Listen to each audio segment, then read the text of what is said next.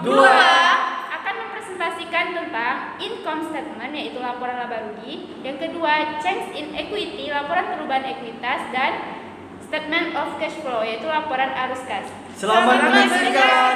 Pada kesempatan kali ini saya akan menjelaskan tentang income statement atau disebut juga dengan laporan laba rugi.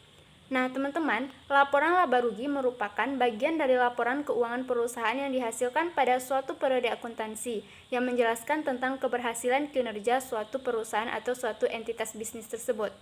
Nah, pada laporan laba rugi ini akan digambarkan apakah suatu perusahaan itu mengalami laba atau rugi pada suatu periode akuntansi. Nah, adapun tujuan atau manfaat dibuatnya laporan laba rugi bagi suatu perusahaan yang pertama yaitu untuk memberikan informasi mengenai kondisi suatu perusahaan, apakah suatu perusahaan itu memperoleh laba atau merugi pada setiap periode akuntansinya. Yang kedua yaitu untuk mengevaluasi kinerja masa lalu perusahaan, di mana dengan adanya laporan ini maka pihak manajemen akan bisa mengevaluasi agar ia dapat membuat atau mengambil tindakan untuk periode berikutnya. Dan yang selanjutnya yaitu untuk atau menjadi cerminan profil suatu perusahaan bagi pihak investor atau kreditor yang akan melakukan transaksi dengan perusahaan tersebut. Nah, untuk komponen laporan laba rugi itu ada dua, seperti pendapatan dan juga beban. Nah, untuk pendapatan ini terdapat dua unsur, yaitu pertama pendapatan atau revenue, yang kedua yaitu keuntungan. Nah, untuk pendapatan atau revenue di sini maksudnya adalah penghasilan atau pendapatan yang dihasilkan oleh perusahaan pada aktivitas operasi utama perusahaan. Misalnya seperti penjualan, pendapatan jasa, dan lain sebagainya. Sedangkan keuntungan di sini maksudnya adalah penghasilan atau pendapatan yang bukan berasal dari aktivitas operasi utama perusahaan seperti penjualan aset tetap. Nah, untuk beban juga memiliki dua unsur. Yang pertama, beban operasi dan juga kerugian. Untuk beban operasi, di sini maksudnya adalah beban atau pengeluaran yang dikeluarkan oleh perusahaan pada aktivitas operasi utama perusahaan seperti beban yang dikeluarkan untuk biaya sewa, biaya gaji, dan lain sebagainya. Sedangkan untuk kerugian yaitu beban yang dikeluarkan atau dialami pada saat transaksi insidental perusahaan. Pada tahun 2011 terjadi perubahan dari laporan laba rugi menjadi laporan laba rugi komprehensif, di mana hal ini terjadi karena adanya konvergensi dari Dewan Standar Akuntansi Keuangan berbasis GAPP menuju Dewan Standar Akuntansi Keuangan berbasis IFRS. Nah, dengan hal tersebut, maka Dewan Standar Akuntansi merevisi penyajian laporan keuangan pada PSAK nomor 1. Laporan laba rugi komprehensif yaitu laporan yang memuat laporan laba rugi dan juga komponen-komponen pendapatan komprehensif lain. Nah, teman-teman, laba komprehensif atau pendapatan komprehensif lain itu mempunyai atau mencakup komponen seperti perubahan dalam surplus revaluasi, yang kedua yaitu keuntungan dan kerugian yang timbul karena adanya penjabaran laporan keuangan entitas asing. Yang ketiga yaitu keuntungan dan kerugian yang terjadi karena pengukuran kembali aset keuangan, dan yang keempat keuntungan dan kerugian kepentingan non pengendali. Dengan adanya perubahan laporan laba rugi menjadi laporan laba rugi komprehensif, maka hal ini juga menyebabkan terjadinya perubahan pada komponen penyajian laporan keuangan. Seperti pada laporan laba rugi bisa mencakup seksi operasi utama yang terdiri dari penjualan, terus HPP, dan lain sebagainya. Yang kedua yaitu seksi operasi tambahan bisa terdiri dari penjualan lain-lain, biaya lain-lain. Terus selanjutnya ada pajak penghasilan, terus pemberhentian operasi, dan pengaruh kumulatif perubahan prinsip akuntansi atau dan perubahan estimate, dan yang terakhir yaitu pengaruh perubahan taksiran serta adanya kepentingan non pengendali. Berdasarkan IFRS dan PSAK, maka ada dua pendekatan dalam pelaporan laba rugi komprehensif, di mana yang pertama yaitu pendekatan dengan satu statement tunggal, yang kedua yaitu pendekatan dengan dua statement.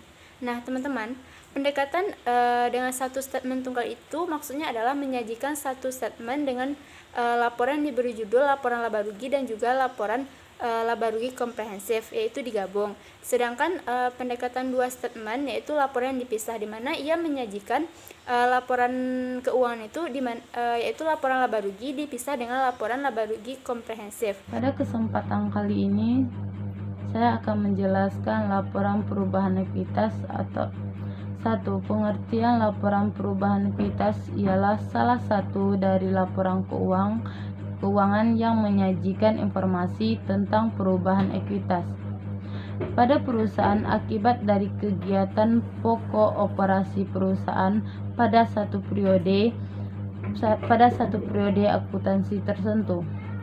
Laporan perubahan ekuitas atau juga disebut juga dengan laporan perubahan modal dibutuhkan untuk dapat menerangkan kondisi modal yang sebenarnya dan juga mengetahui dana.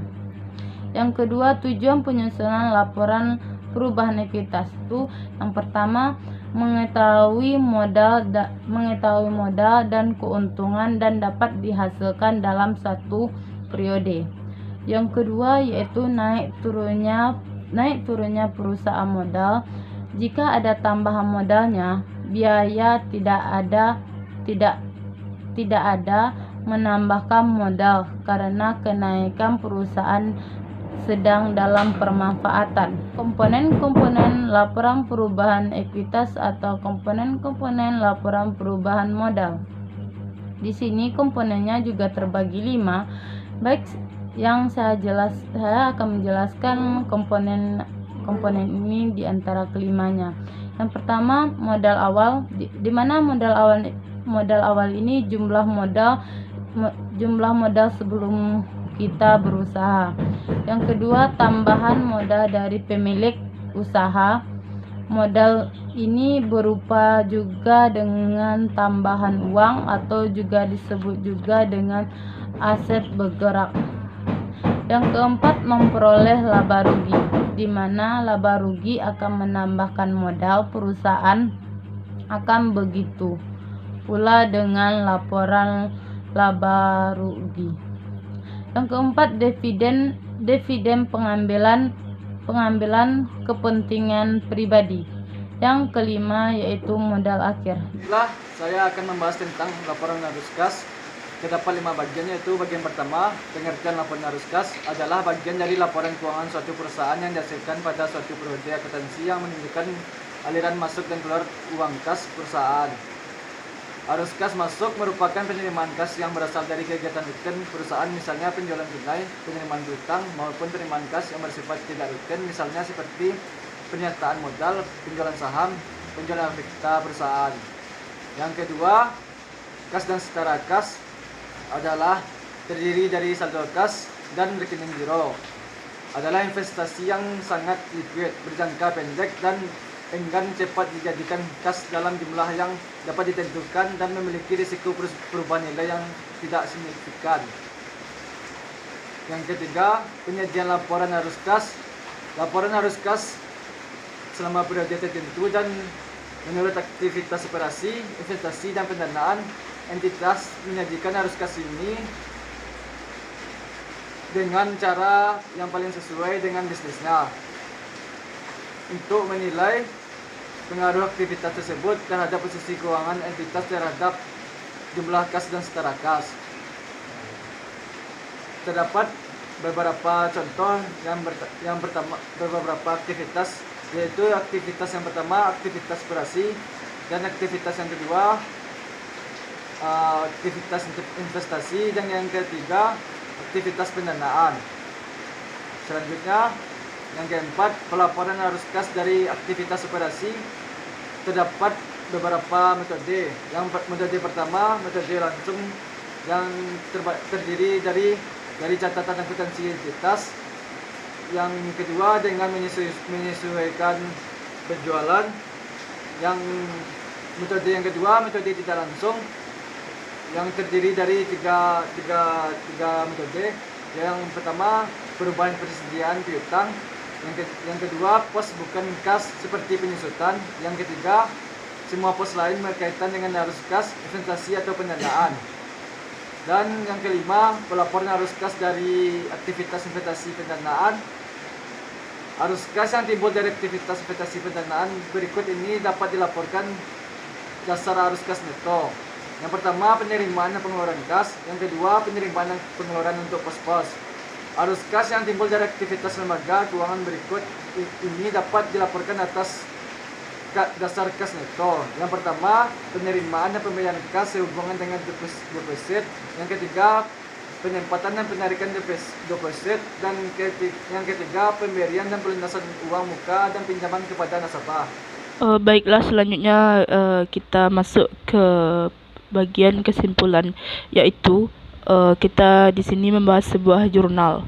Berdasarkan materi yang dibahas oleh kelompok kami tentang income statement atau laporan laba rugi, change in equity atau perubahan ekuitas, dan statement of cash flow atau laporan arus kas, maka kelompok kami mengambil jurnal terkait laporan laba rugi, yaitu tentang analisis pengakuan pendapatan dan beban dalam penyajian laporan laba rugi pada PT Sederhana Karya Jaya. Di sini di sampel yang diambil yaitu PT Sederhana Karya Jaya. PT Sederhana ini merupakan perusahaan jasa konstruksi yang memberi konstruksi yang bermanfaat dalam memberikan jasa seperti membangun sarana dan prasarana yang berhubungan dengan pembangunan gedung, pembangunan prasarana sipil atau jalan raya, instalasi mekanikal, dan instalasi elektrikal. Penelitian ini bertujuan untuk menganalisis apakah pengakuan pendapatan dan beban dalam penyajian laporan laba rugi di PT Sederhana Karya Jaya telah sesuai dengan PSAK nomor 34. Jenis data yang digunakan dalam penelitian ini adalah data kuantitatif, laporan proyek atau laporan laba rugi perusahaan, serta data kualitatif berupa sejarah perusahaan, struktur organisasi perusahaan, dan kebijakan akuntansi yang berlaku dalam perusahaan. PT Sederhana Karya Jaya menerapkan metode presentase penyelesaian, di mana pendapatan PT Sederhana Karya Jaya diakui pada saat selesainya bangunan atau suatu proyek perusahaan dalam mengakui pendapatan dan bebannya dalam setiap kontrak.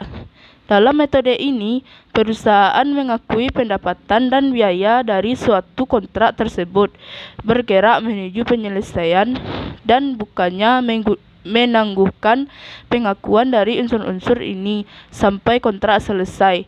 Sebelum diakui sebagai pendapatan, terlebih dahulu dilakukan pengukuran atas tingkat kemajuan atau prestasi pekerjaan yang dilaksanakan. Berdasarkan hasil penelitian dan pembahasan dalam jurnal, maka dapat disimpulkan bahwa pengakuan pendapatan dan beban yang dilakukan perusahaan telah sesuai dengan PSAK nomor 34 dengan metode presentase penyelesaian, karena pendapatan kontrak dihubungkan dengan biaya kontrak yang terjadi dalam mencapai tahap penyelesaian tersebut, sehingga pendapatan, beban, dan laba yang dilaporkan dalam distribusi menurut penyelesaian tersebut, di mana hal ini dapat dilihat dalam daftar laba rugi.